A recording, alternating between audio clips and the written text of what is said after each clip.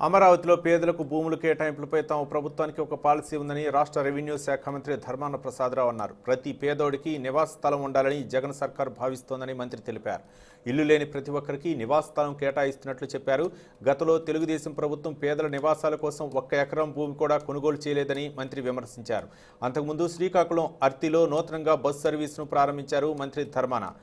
రాజధాని భూమి ప్రజలకు ఇవ్వకూడదా, రియల్ ఎస్టేట్ చేస్తారా అంటూ టీడీపీ నేతలపై మండిపడ్డారు ధర్మాన ప్రసాదరావు. ఈ ప్రభుత్వంలో ఇళ్ల స్థలం లేని కుటుంబం అంటూ ఇక ఉండకూడదు అన్నటువంటి లక్ష్యంతో పనిచేస్తున్నాం. గడిచిన కాలం ఒక 30 లక్షల ఇళ్ల స్థలాల్ని ఇచ్చే కార్యక్రమం చేపట్టాం. అందులో 15 లక్షల ఇల్లు శాంక్షన్ చేయడం జరిగింది. కన్స్ట్రక్షన్ ఒకవైపు అవుతున్నాయి. ఎవ్రీడే బేస్ మీద ఎక్కడైనా ఇల్లు లేనటువంటి వాళ్ళు, అర్హత కలిగినటువంటి కుటుంబం ఉంటే స్థానిక సెక్రటేరియట్లో అప్లికేషన్ పెట్టుకుంటే కొద్ది రోజుల్లోనే వారికి ఇళ్ల స్థలం శాంక్షన్ చేయాలనేటువంటి నిర్ణయం ప్రభుత్వం విధాన నిర్ణయం తీసుకుంది.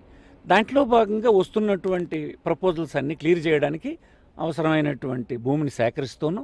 అది ప్రభుత్వ భూమి అయితే చేస్తాం, కాకపోతే డబ్బిచ్చి కొంటూ ఉన్నాం. ఇలా కొన్నటువంటి భూమి అన్నిటికంటే ఆశ్చర్యమైంది కదా. గొప్ప విషయం ఏంటంటే 12,000 కోట్ల రూపాయలు డబ్బు పెట్టి భూమి కొనడం జరిగింది జగన్మోహన్ రెడ్డి గారి ప్రభుత్వం వచ్చిన తర్వాత. అది పేదవాళ్ళకి ఇవ్వడం జరిగింది. అదే అంతకుముందు ఉన్నటువంటి ప్రభుత్వం, తెలుగుదేశం ప్రభుత్వం, 1 ఎకరం కొనలేదంటే మీరు ఆశ్చర్యపోతారు. దాని గురించి ఎవరు మాట్లాడరు.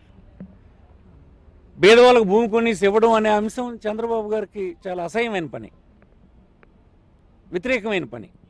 ఇలా పంచిపెట్టడమేమని అంటుంటాడు ఆయన.